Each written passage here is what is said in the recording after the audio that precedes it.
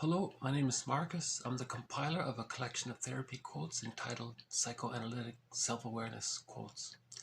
This is TQ21, therapy quote number 21. 30% of what I'm about to tell you is wrong. It'll be up to you to figure out which 30. So, Robert Bly often had these little zingers he'd use in his lectures. I heard him open one of his talks with this one. And I thought I would use this quote as a preface to talk a little bit about Edmund Burglar's work.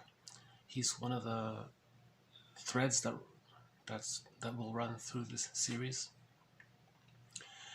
His theory, he talked about so many topics, and I'm just going to try to briefly touch on one of them. Someone called Burglar's main theory humanity's fourth narcissistic injury, because it's hard to grasp, it's hard to kind of consider and accept. So just very quickly, there are the first three narcissistic injuries. Of course, there are many narcissistic injuries, but the three that often get mentioned. The first one was, long ago, people would project their narcissism onto the planet because people thought the planet was the center of the universe. So they thought that since they're the center of the universe, they can express that by saying that the planet is the center of the universe. So they make people feel important. We're the center of the universe. Man is the center of the universe. Everything revolves around man. The sun revolves. Everything revolves around the planet, around man. So there was that narcissistic buildup from the projection of their narcissism onto what they believed was the case. And then Copernicus came along and said, sorry guys, no.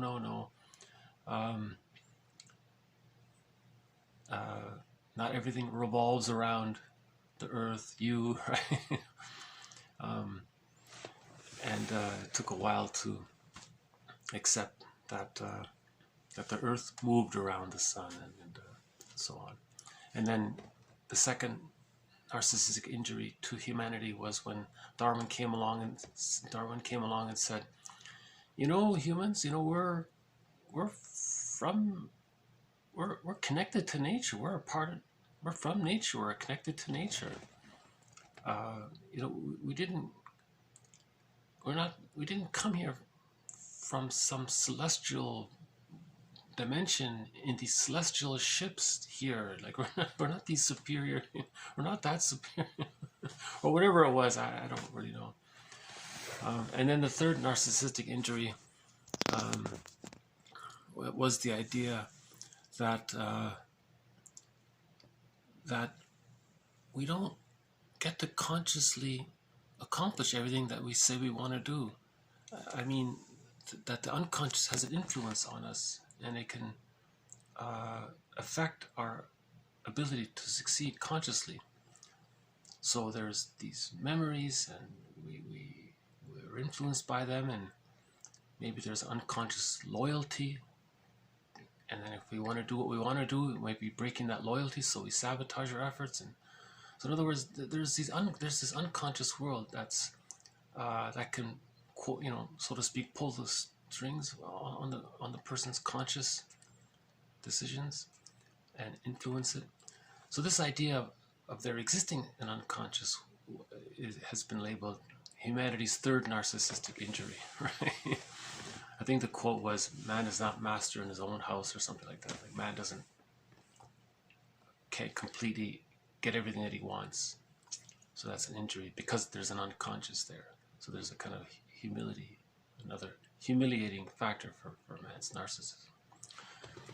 Anyways, Burglar's theory might be considered like part B of that. Someone called it the fourth narcissistic injury. And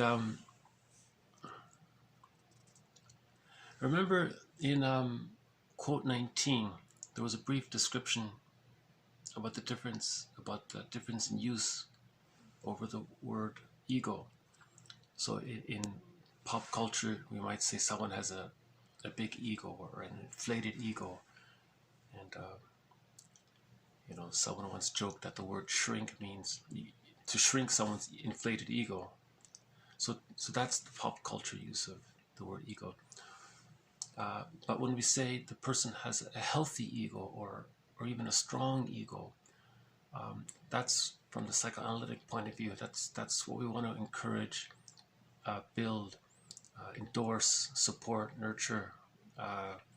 That's something we very much value and we need. So the ego is something that we have that allows us to integrate and to consider and to make connections, intergenerational trauma, okay, empathy, understand another person's point of view. That's like the ego is helping to do all that. Right? And one theory says that that the ego splits into a conscious ego. So when we say the word ego in the psychoanalytic context, usually we mean the conscious ego.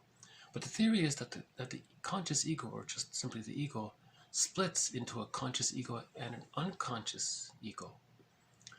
So just as the conscious ego relates to the outer world, the unconscious ego relates to the inner world. So in the inner world, the unconscious ego is relating to the feeling self that's in the unconscious.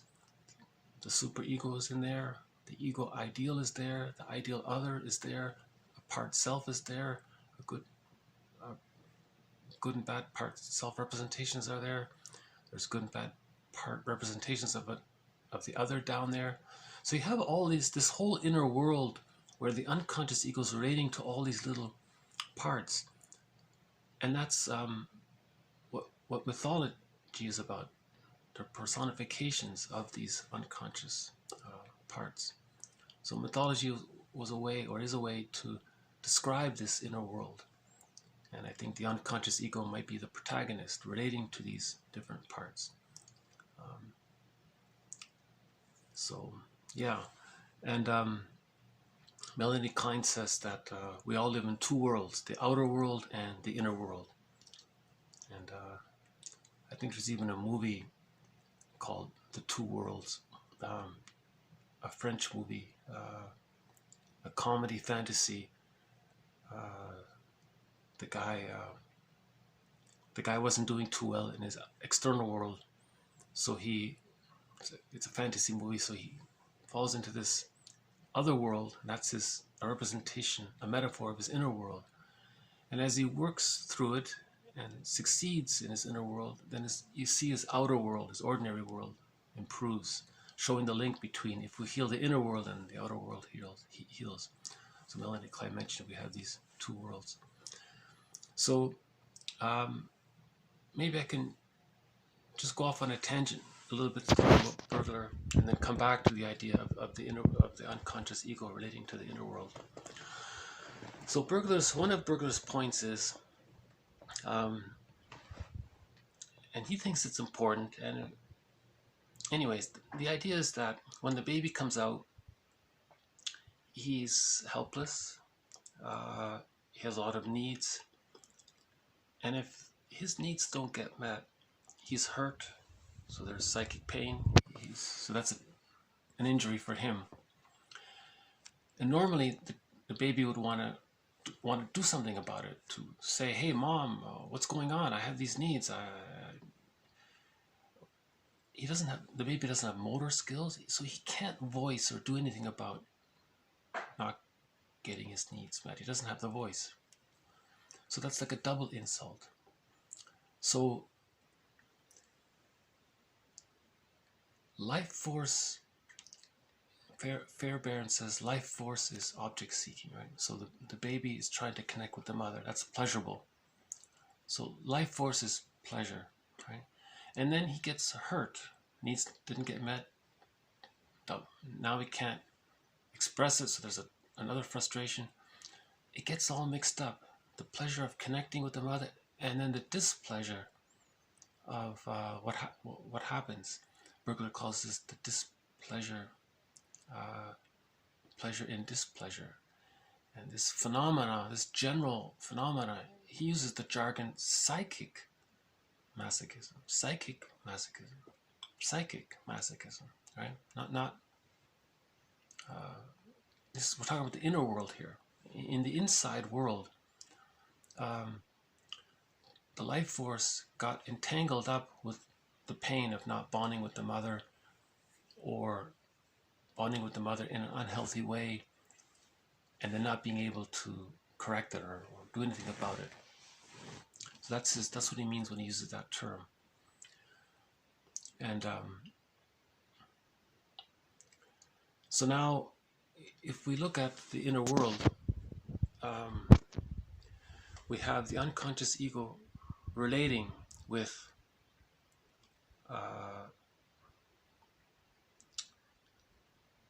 to the feeling self, and relating to the superego, which kind of was the ground, was kind of the force that behind all of this was the superego. So Bergler does a little bit awkward thing. He compares the inner world. See, he's trying to explain the inner world not using mythology, because that's so, everyone's so caught up in it, and debating about whatever everything means. So he tried to create a new metaphor, and anyways, his attempt was to use the metaphor of an inner courtroom to describe what goes on in the inner world. So in the inner world, you have the soul, the wounded self, and he is in pain. So he calls the unconscious ego to be his lawyer. So the unconscious ego is now representing the soul, or the wounded self. And then, so the inner world is a courtroom, and the unconscious ego says to the judge, look, can we make a deal here? This is kind of an awkward situation. He's not really guilty, but he feels guilty. He has a life force he wants to attach, but he feels hurt by all this. So there's this unconscious guilt here. Can we help him out? The superego says, well, what do you have in mind?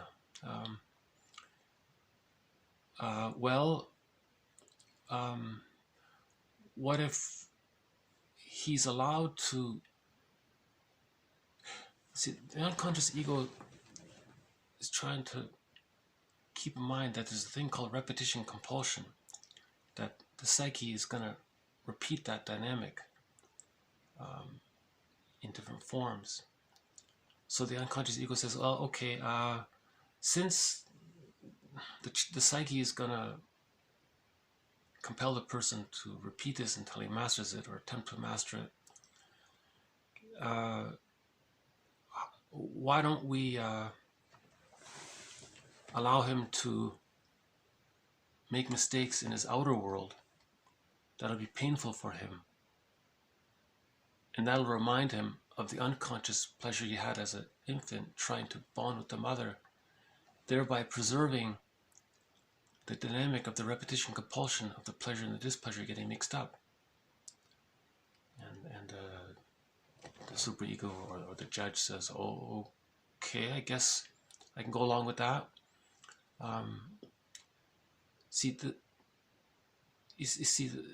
Ideally, the unconscious ego would say, can we let the poor soul completely free? Can we completely exonerate him of all guilt? And the superego says, well, I don't know how to do that. The psyche requires the repetition compulsion for the healing to take place. So they come up with this compromise. Bergler calls this a bribe, right? He bribed the judge or something. He has a very direct sense of humor in there. And he calls this confessing to the lesser crime, he calls it. That's his, again, his metaphorical speech. So how that manifests is that now in the outer world, the person might do something dysfunctional, He might sabotage opportunities to be happy or successful because it then affords that link to that unconscious memory of the child wanting to bond with the mother, and that's the pleasure. So there's the mix-up, the pleasure and then the displeasure. The pleasure from the inner and then the displeasure from the outer. Because now the child has muscular skills, he can move around. So the inner and the outer are really, this is keeping that connection there. Anyways, it's a little hard to explain. I'm not very confident I was able to get it across. That's why this is going to be a thread. This is just part of it. And my sincere hope is, as Burglar's theories crop up here and there throughout the series, it'll make a little more sense. So again, just briefly, the child comes out. There's pleasure to bond with the mother, but there's displeasure from having his needs refused, and further displeasure from not being able to do anything about it. And this all gets mixed up. And because of repetition compulsion, it's going to show itself in his dysfunctional behavior to one degree or another. It depends. This is all a question of degree. You know, if the child had a secure attachment, things are fine. We're dealing mainly with the insecure attachment here. Right? Burglar theorizes that everybody has it to some degree. Nobody had a perfectly secure attachment. Nobody's insecure, right? He says the range is from slightly neurotic all the way down to highly neurotic, and he has it, you know, on a spectrum there. So he says everybody has it to one degree or another. This is not a either or kind of thing. So that dysfunctional behavior, whatever it is, could be very minor or it could be more debilitating. That whole operation, that whole thing, he calls psychic masochism. And the self-defeating behavior he calls pseudo-aggression as a defense against the original problem from childhood, the original pain from childhood. So, and again, he calls that whole bundle psychic masochism.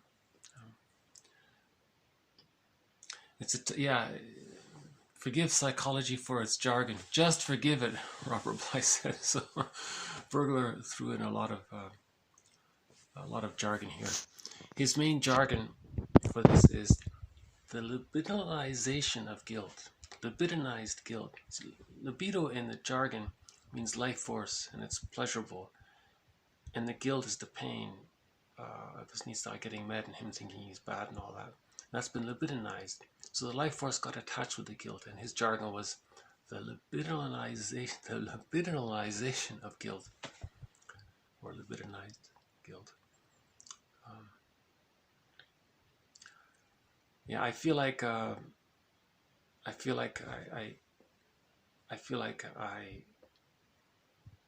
have a lot more work to do to get this theory across. But I think I'll leave it here for now and continue it next time. So thank you. This has been TQ21 and an introduction to a part of Edmund Burglar's work.